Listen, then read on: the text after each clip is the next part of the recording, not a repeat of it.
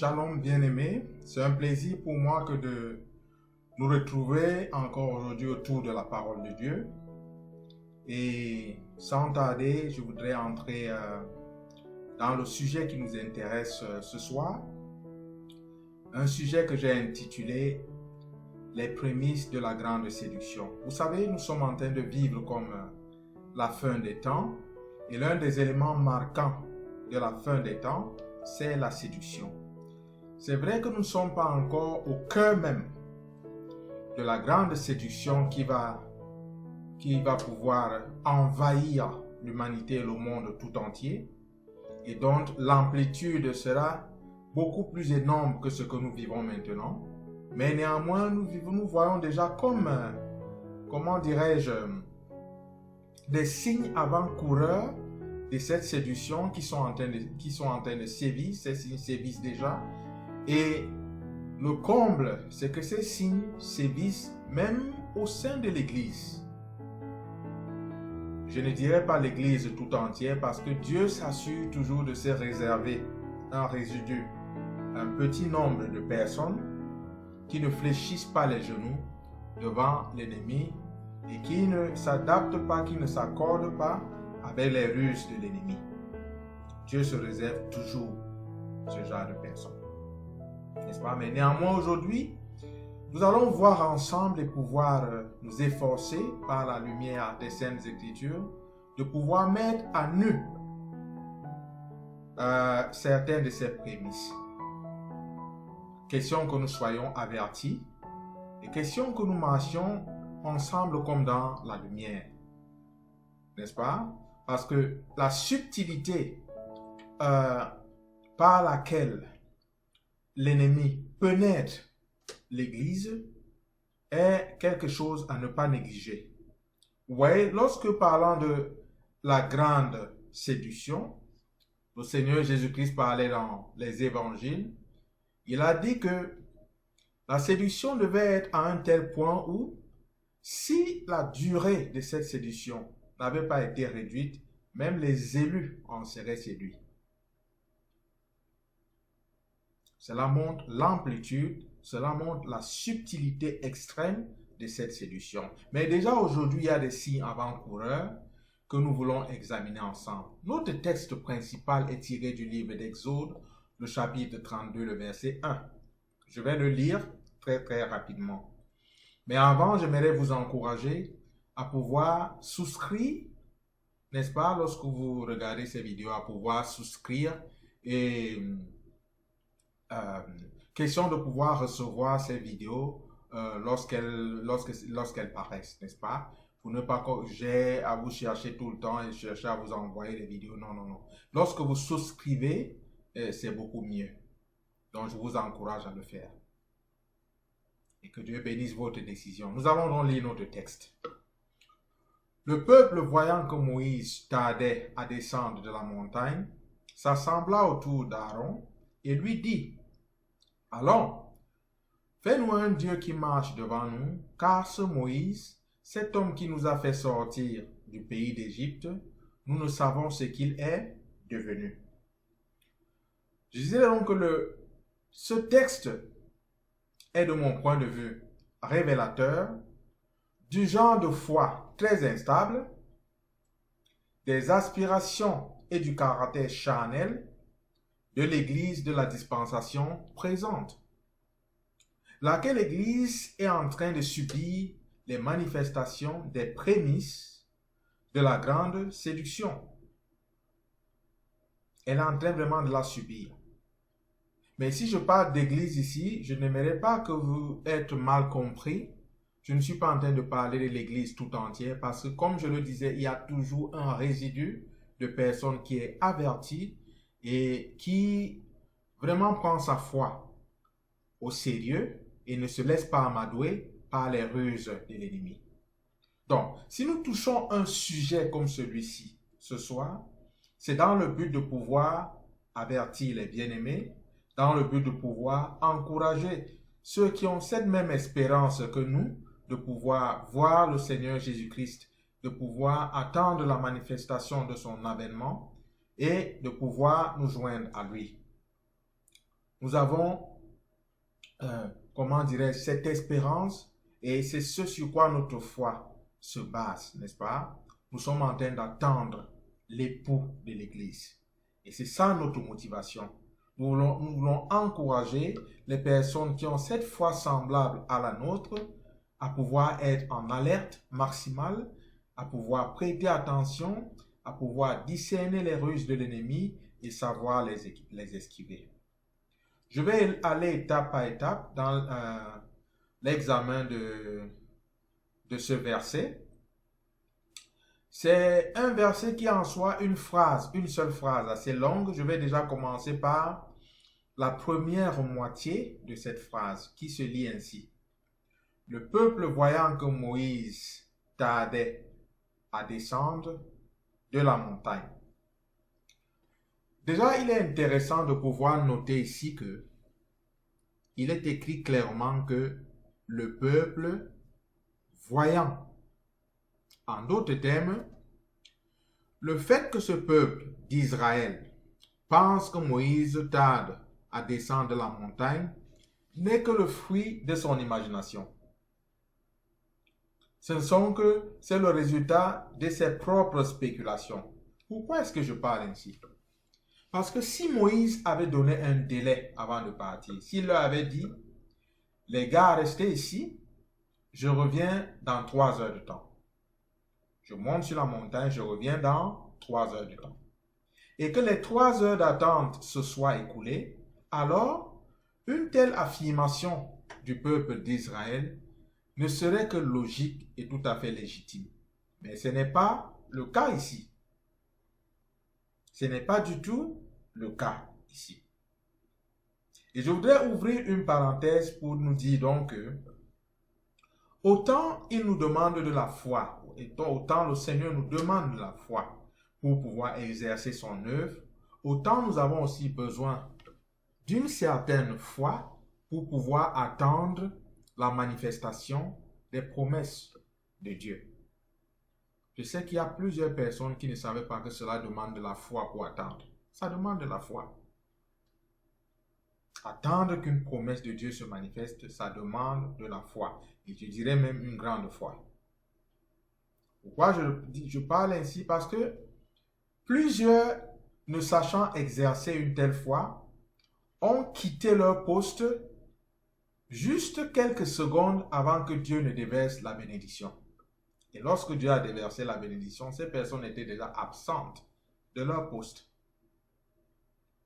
et n'ont pas une foi suffisante pour patienter et attendre la promesse. Donc, autant nous avons cette foi-là pour pouvoir agir, faire l'œuvre de Dieu, autant nous avons besoin de cette foi-là pour attendre la manifestation de la promesse.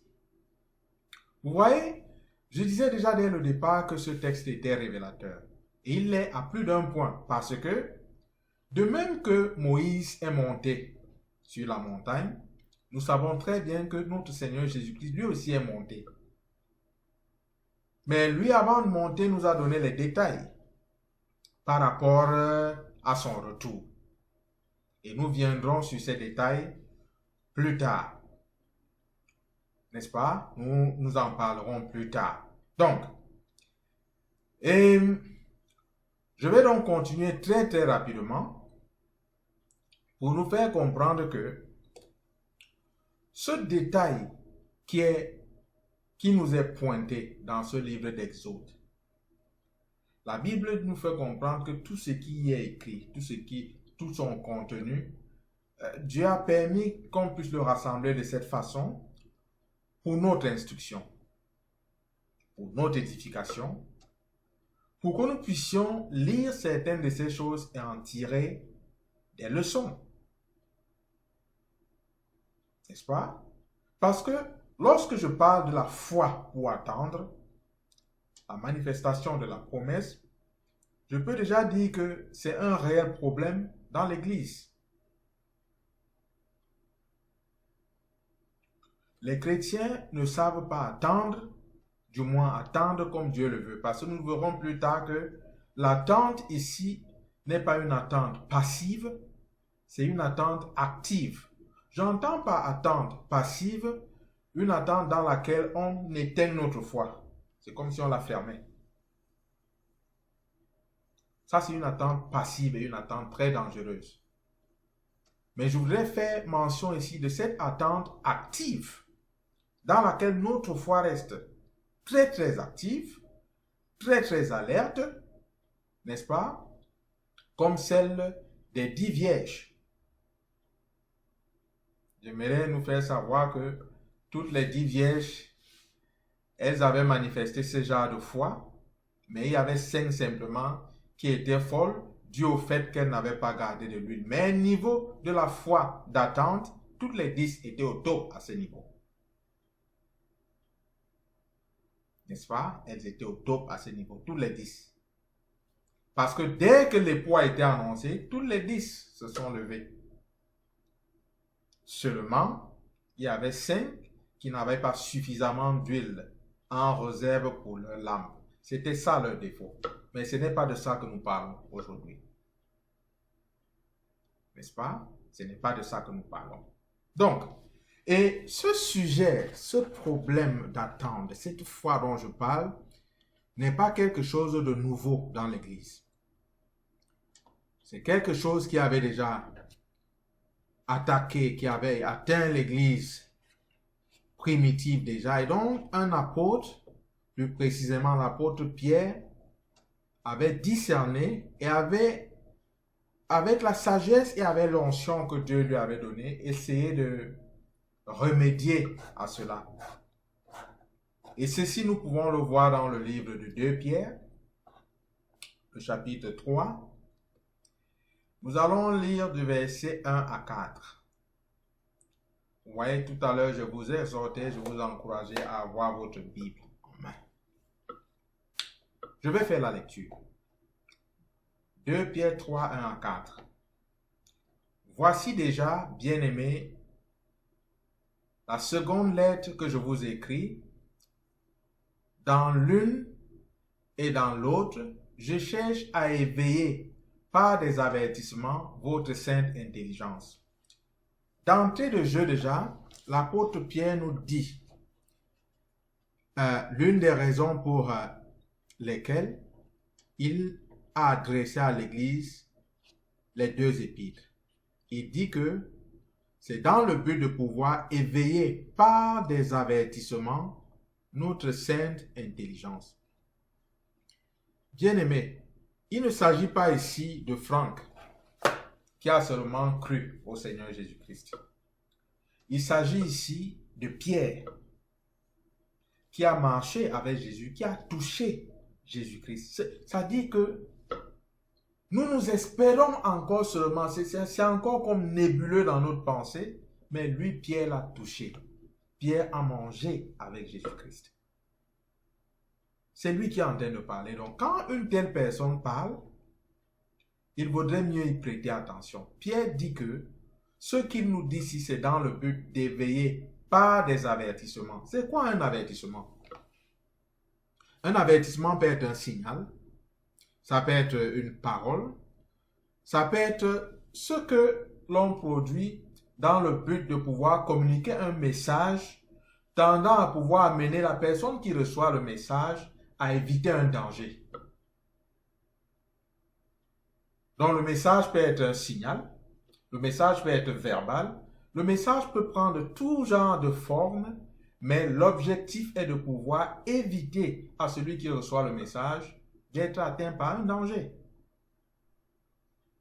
Donc Pierre dit ici, je cherche à éveiller par des avertissements votre saine intelligence. J'aime bien les détails. Il parle ici de saine intelligence. Cela veut dire qu'il est en train de parler à l'Église. Parce que parlant de saine intelligence, je n'irai pas chercher ça ailleurs que dans l'Église du Seigneur Jésus-Christ. Parmi les personnes qui craignent le Seigneur Jésus-Christ, qui sont nées de nouveau et qui révèrent le Seigneur Jésus-Christ. Là, l'intelligence est encore saine, elle n'est pas polluée. Parce qu'il y a plein de choses dans ce monde aujourd'hui qui polluent l'intelligence. Mais il parle à des personnes qui ont une intelligence saine. Pourquoi? Parce que ce sont de telles personnes qui sont en mesure de comprendre un tel avertissement. Verset 2. Afin que vous vous souveniez des choses annoncées d'avance par les saints prophètes et du commandement du Seigneur et Sauveur. Afin que quoi? Que vous vous souveniez.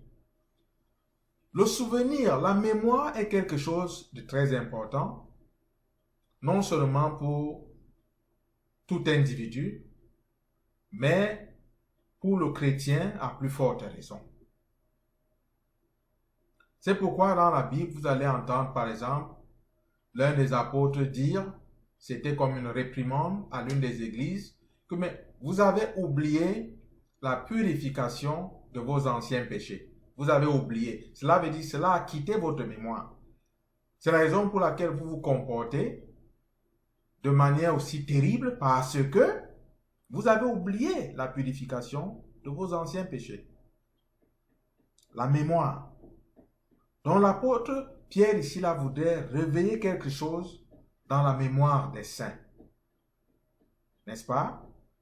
Et la mémoire est quelque chose de capital, c'est quelque chose d'important. Il dit des choses annoncées d'avance par des saints prophètes et du commandement du Seigneur et Sauveur, enseignées par vos apôtres, sachant avant tout que dans les derniers jours, il viendra des moqueurs avec leur raillerie, marchant selon leur propre convoitise et disant où est la promesse de son avènement, car depuis que les pères sont morts, tout demeure comme dès le commencement de la création.